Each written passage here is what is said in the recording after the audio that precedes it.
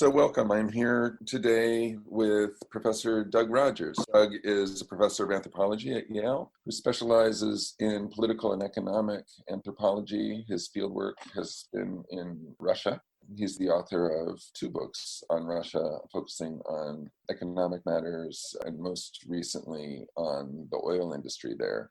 He can correct me, but I believe this is the route that got him to his current thinking about capitalism, about corporations, and about all of the kinds of customs and behaviors that encrust around those formations. Welcome, Doug. Is there anything you want to add about your work and your thinking? Thank you, Matt. It's a pleasure to be with you, even if not in actual person. So let us start just in a general way. I know that you're teaching a course on capitalism right now, and you recently have taught a course on corporations.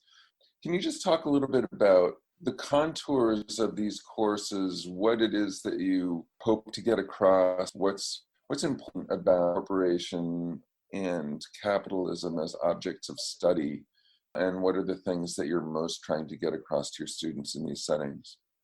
Both of these classes, but especially the class that I'm teaching now, which is called Anthropological Approaches to Capitalism, are meant to provide some new ways for students to think about capitalism. And I guess rather than with capitalism, let me start with anthropology, because my approach in these classes is very much tied up in my background as a cultural anthropologist, as someone who studies political or economic or social cultural systems from the perspective of people's everyday lives. So not starting from particular sort of economic theories of the world or political theories of the world, but what is going on in people's lives? How does the world emerge when you talk to people or live with people in various times and places? And as you mentioned, I've spent a lot of time living in Russia over the past 20, 25 years, where everybody has been getting used to this new thing for them called capitalism. And so it was as Russians encountered capitalism after the communist period that I got to also encounter capitalism in a very different way than I knew it myself. And the spirit of a course on the anthropology of capitalism follows this general insight that capitalism is different in different places, that there's a great deal of value in exploring those differences and how they appear to people in everyday life. So often things like capitalism or other big categories of our lives just appear as the way the world works. They appear natural.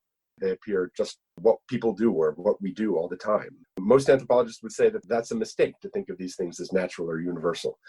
That careful historical or anthropological study reveals a lot of interesting things about something like capitalism, about the ways in which if we stop and look at these routines or these habits or these practices, some new insights emerge into how they work that are quite different from the kinds of insights one gets in an introduction to economics class, say, where you're sort of already beginning with a set of assumptions or a set of definitions.